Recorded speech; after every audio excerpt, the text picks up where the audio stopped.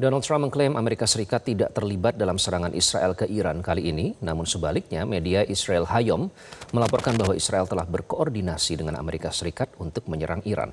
Kita akan membahasnya dengan analis geopolitik Timur Tengah Dina Sulaiman dan praktisi hubungan internasional dan kebijakan publik Dina Praptora Harja. Selamat malam Mbak Dina dan Mbak Dina, apa kabar? Kabar baik, selamat malam. Baik, saya ke Mbak Dina Prapto terlebih dahulu ya. Mbak Dina, Iran menegaskan sejak awal ya bahwa syarat utama negosiasi ini hentikan agresi Amerika dan Zionis di semua front termasuk Lebanon.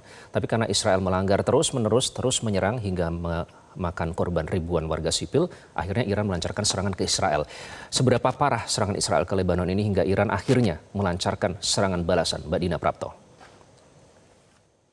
Parah ya, karena wilayah yang diambil atau diokupasi oleh Israel itu makin lama semakin luas dan sudah hampir mencapai ibu kota Lebanon.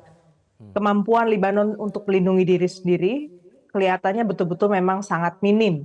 Itu sebabnya kita kemarin lihat ada statement dari Presiden Joseph Aoun ya, yang berusaha untuk, kalau saya melihatnya ini justru kelemahan dari Joseph Aoun ya, mengatakan bahwa Lebanon bisa melindungi diri sendiri dan Iran harusnya ngurus dirinya sendiri lah.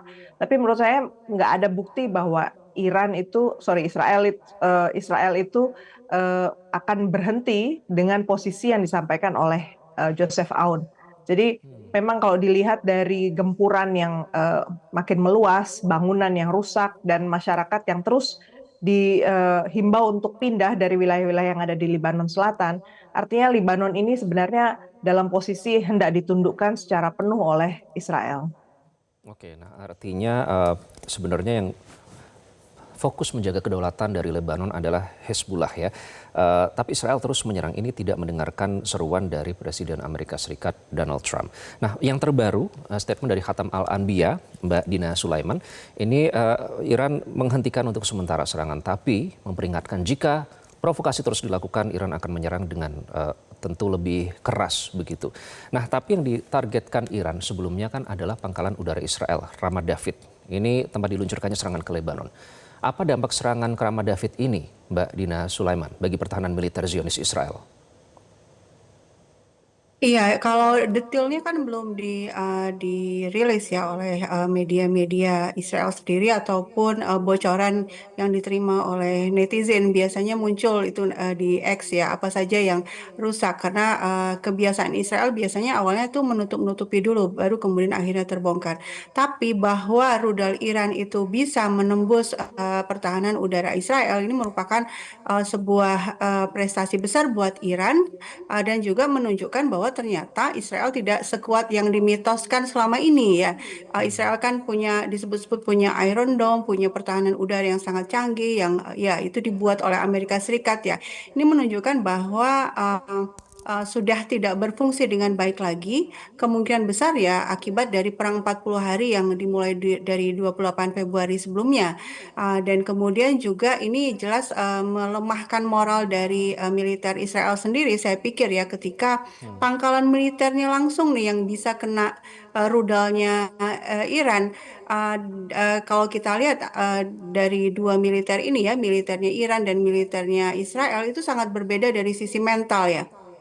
Kalau Iran itu punya semangat membela tanah airnya itu dengan betul-betul mental yang sangat kuat ya, didukung dengan ideologi keislaman, soal kesyahidan. Nah, tapi kalau Israel ini kan mentalnya ini ya masih sangat materialistis dan ini dibuktikan dengan banyaknya tentara Israel yang kemudian mengalami gangguan jiwa ya karena stres dan depresi. Sehingga ya memang sepertinya saat ini serangan dari pihak Iran masih serangan terbatas, tapi saya yakin sekali sebagaimana juga sudah diberitakan di media-media Israel dari serangan-serangan sebelumnya itu meruntuhkan mental tentara Israel. Oke, Mbak Dina Sulaiman, saya ingin pertanyaan yang sama tadi ke Mbak Dina Prapto. Seberapa parah sih serangan Israel ini meskipun bukan hanya dari angka yang menewaskan membunuh ribuan warga sipil Lebanon, sampai akhirnya Iran memutuskan untuk menyerang balasan ke Israel. Seberapa parah serangan Israel ke Lebanon ini, Mbak Dina Sulaiman?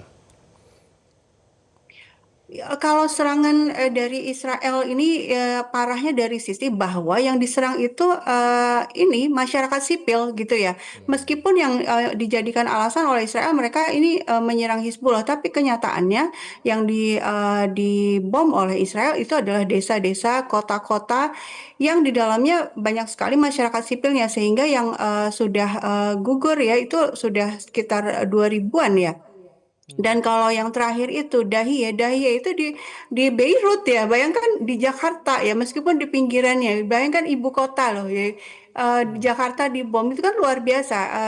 Sama seperti Jakarta, Beirut itu juga kota yang sangat padat dan Dahiyeh itu juga padat sekali. Saya pernah ke sana di tahun 2023. Sehingga ini memang buat Libanon sebenarnya yang mereka alami selama beberapa tahun terakhir ini tuh mirip-mirip dengan Gaza ya. Mereka tuh dibombardir rumah mereka, mereka sedang berada di rumah lalu dibom begitu saja oleh Israel.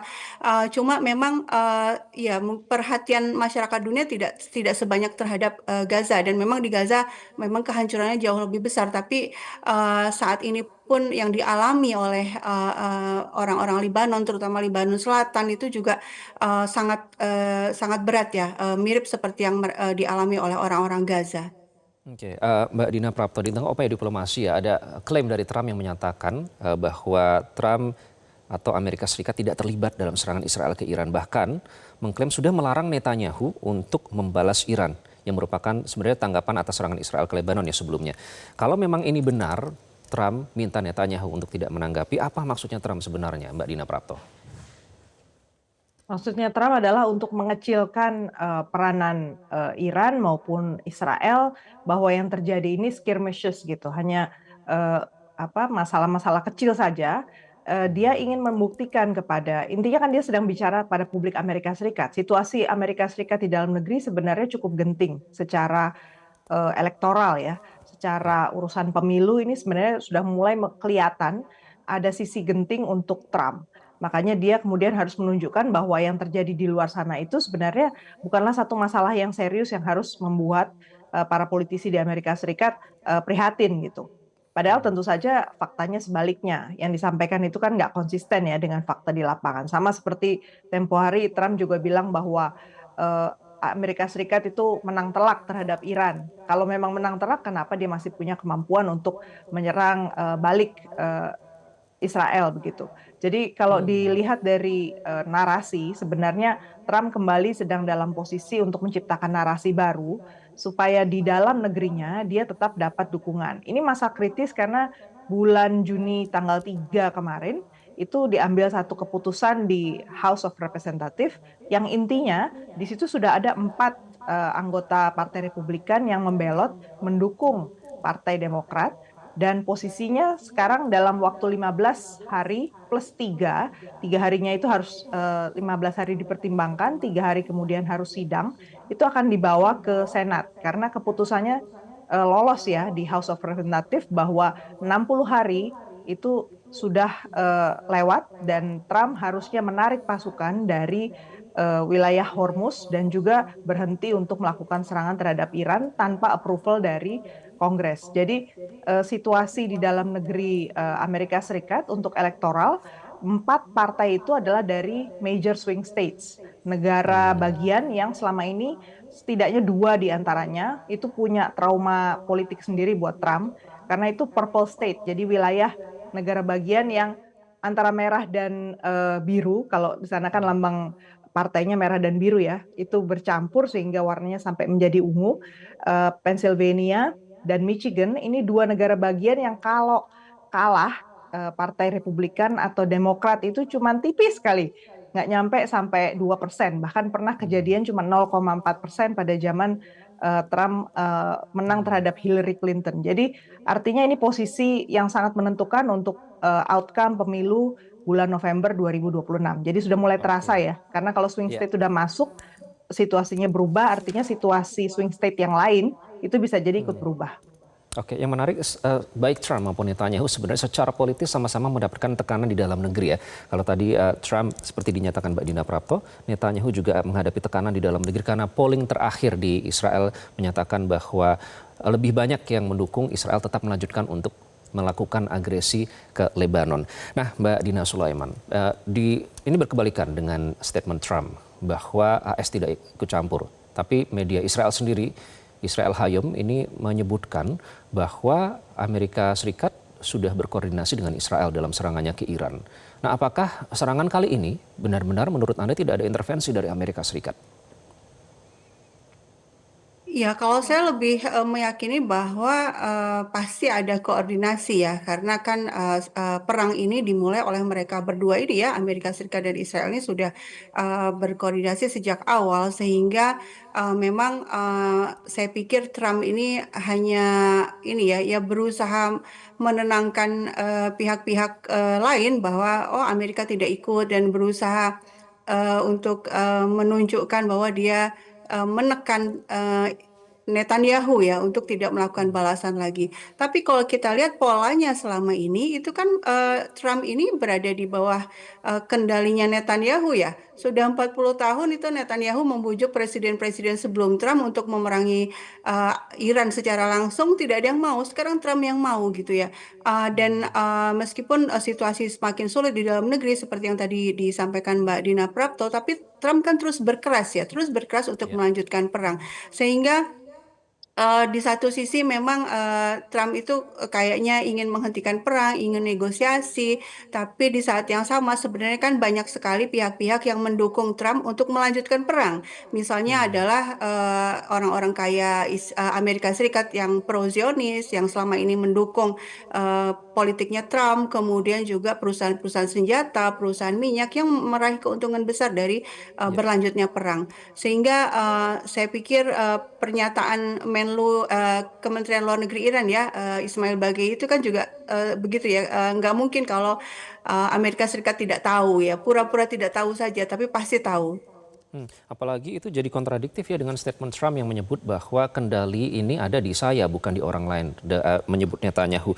Tapi kenyataannya tetap diserang Lebanon oleh Israel. Jadi sebenarnya kalau tidak tahu sulit untuk menjelaskan itu. Nanti kita akan bahas lebih lanjut apakah Netanyahu sebenarnya sengaja terus memperpanjang serangannya ke Lebanon ini untuk agar Trump ini atau Amerika Serikat tidak segera mencapai kesepakatan damai dengan Iran.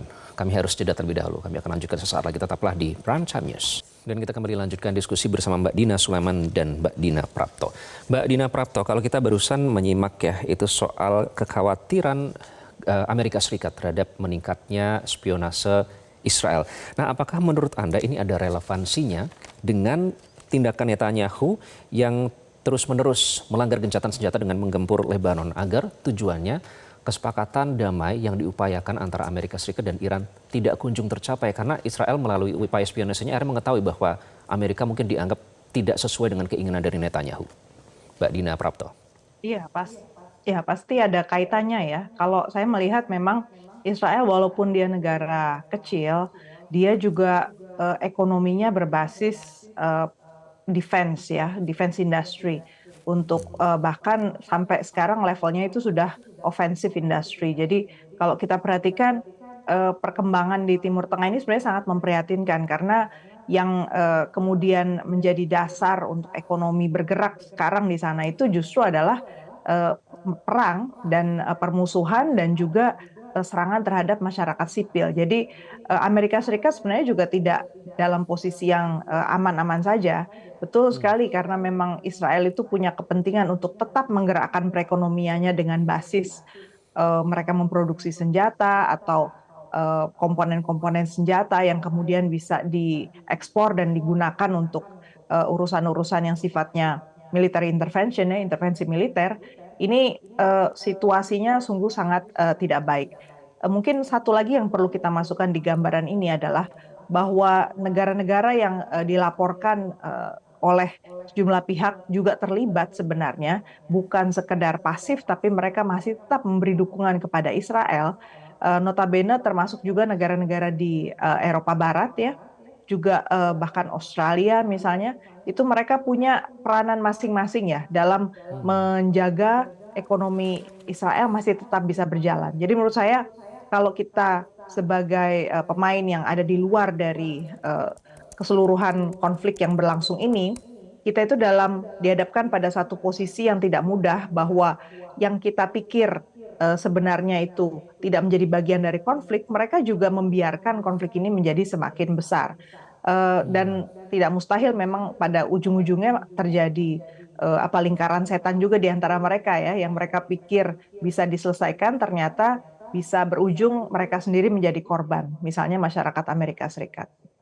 Oke, ini relevan ya dengan momentum pada saat Menlu Penny Wong grilled ya, dikritisi oleh kalau tidak salah Senat atau anggota parlemen di sana terkait dengan dukungannya untuk Israel. Nah, kalau kita berbicara soal serangan Israel, Mbak Dina Sulaiman, pabrik petrokimia itu kan fasilitas sipil ya yang diserang oleh militer Zionis. Nah, tapi Iran dengan cepat membalas, menargetkan kompleks industri di Haifa. Apa sebenarnya Iran sudah memperhitungkan bahwa Israel akan menyerang sejumlah titik tertentu sehingga balasannya termasuk cepat, Mbak Dina Sulaiman? Ya, kalau dari pernyataan Pak Ibrahim Zulfakari ya, juru bicara Khatamul Anbiya itu kan bulan April lalu, dia mengatakan semua titik yang ada di Israel itu sudah ada, sudah punya datanya gitu ya. Jadi pihak Iran sudah punya datanya, sehingga dan sebaliknya Israel sebenarnya tidak mengetahui dengan seutuhnya apa saja yang dimiliki oleh Iran. Dan kemudian Iran sendiri dalam perang ini kan selalu bersikap membalas dengan setara.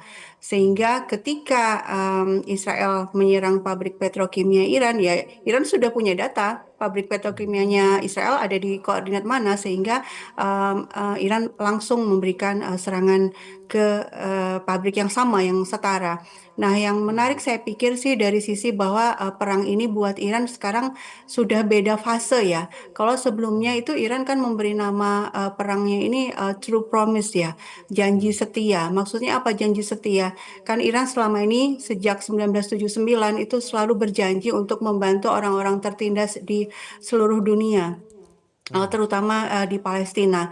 Sehingga ketika bangsa Palestina, terutama di Gaza itu mengalami genosida sejak Oktober 2023, ya Iran melaksanakan janjinya itu ya untuk membantu orang-orang Gaza. Nah, sekarang operasi yang sekarang itu sudah ganti nama.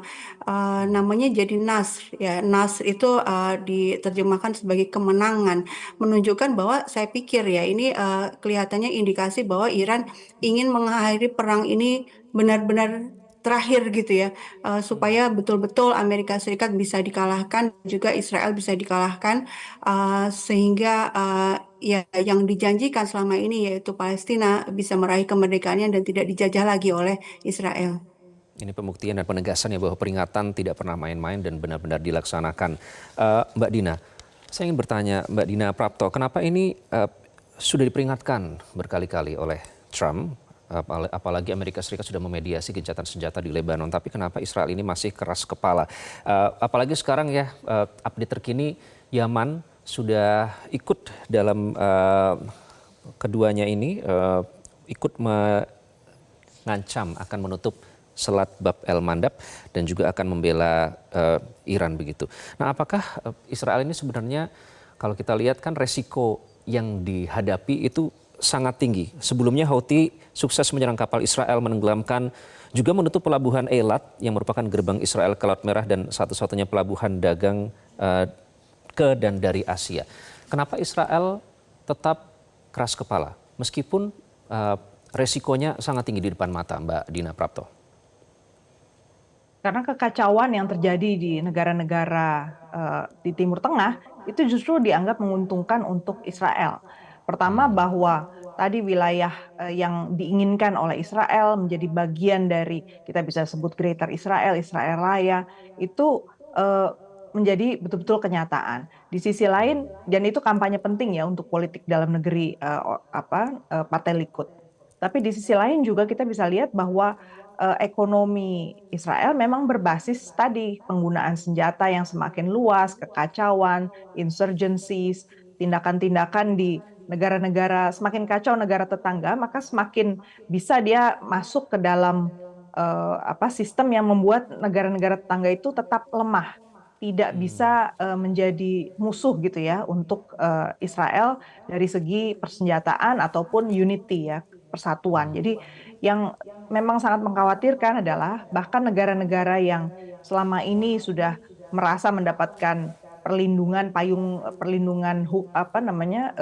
pertahanan dari Amerika Serikat, tapi posisinya eh, negara kecil dan berhadapan langsung dengan Iran itu menjadi korban yang Ya. paling berat. Kalau kita lihat Kuwait dan Bahrain misalnya, dua negara kecil ini kan 85% bahkan 90% dari produk makanan, produk bahkan air minum itu dia impor.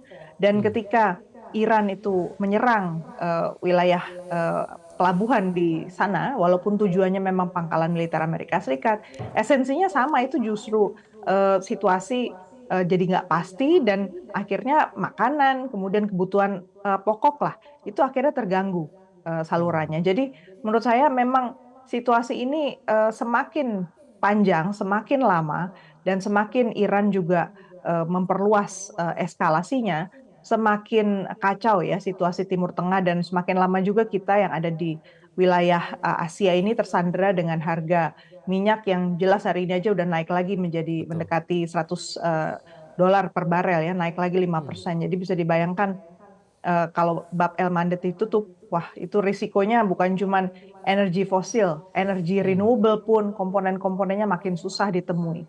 Artinya kita betul-betul berhadapan dengan situasi yang semakin pelik. Oke, itu sebuah bargaining yang kuat dari Yaman. Mbak Dina, melihat tindakan Yaman, Mbak Dina Sulaiman, ini kan mengandung resiko yang tinggi ya, tapi memutuskan untuk juga ikut ke garda depan, membela Lebanon dan juga Iran. Menurut Anda, apa yang melatar belakangi sikap berani dari Yaman ini, meskipun resiko yang dihadapi tidak kecil, Mbak Dina Sulaiman? Iya, saya pikir mentalnya sama ya dengan Iran ya. Jadi mereka punya kebijakan luar negeri yang beyond national interest-nya, yang ini ya, yang materialistis ya. Artinya gini, banyak negara national interest-nya itu ya betul-betul memikirkan negaranya sendiri gitu ya, secara material, ekonomi, keamanan dan lain-lain. Tapi Iran dan Ansarullah Yaman ini punya kebijakan luar negeri yang beyond itu, yang melihat bahwa kalau mereka tunduk pada kekuatan-kekuatan Barat, seolah-olah aman gitu, tapi sebenarnya dalam keadaan terjajah juga secara ekonomi atau secara politik. Misalnya dulu itu Iran itu kan sebenarnya sangat baik hubungannya dengan Amerika Serikat ya di masa Shah, tapi kan minyaknya, gasnya itu dikuasai oleh perusahaan-perusahaan Barat. Nah, sementara Iran sendiri perekonomiannya waktu itu justru malah banyak sekali orang-orang miskin waktu itu. Nah, ini yang juga dipegang oleh Yaman ya. Dia mengambil resiko itu karena melihat kepentingan yang lebih besar lagi. Sebenarnya kepentingan nasional tapi beyond border gitu.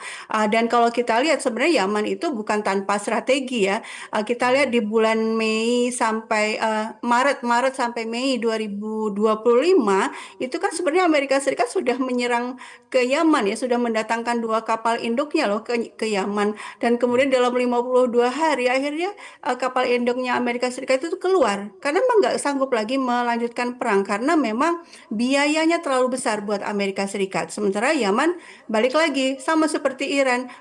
Senjatanya dibuat sendiri dan mereka punya daya tahan atau resilience yang luar biasa. Mereka mampu bertahan untuk menderita tapi dengan tujuan yang jelas. Kalau mereka bisa mengalahkan Amerika Serikat dan Israel, artinya kawasan Timur Tengah akan aman dan negara-negara di Timur Tengah bisa mencapai kepentingan nasional sendiri tanpa campur tangan dari kekuatan-kekuatan imperialis ini.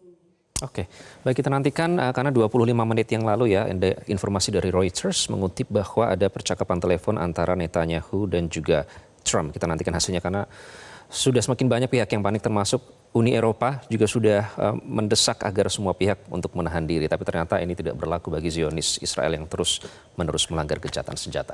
Terima kasih Mbak Dina Sulaiman, Mbak Dina Prapto sudah bergabung dengan Prime Time News.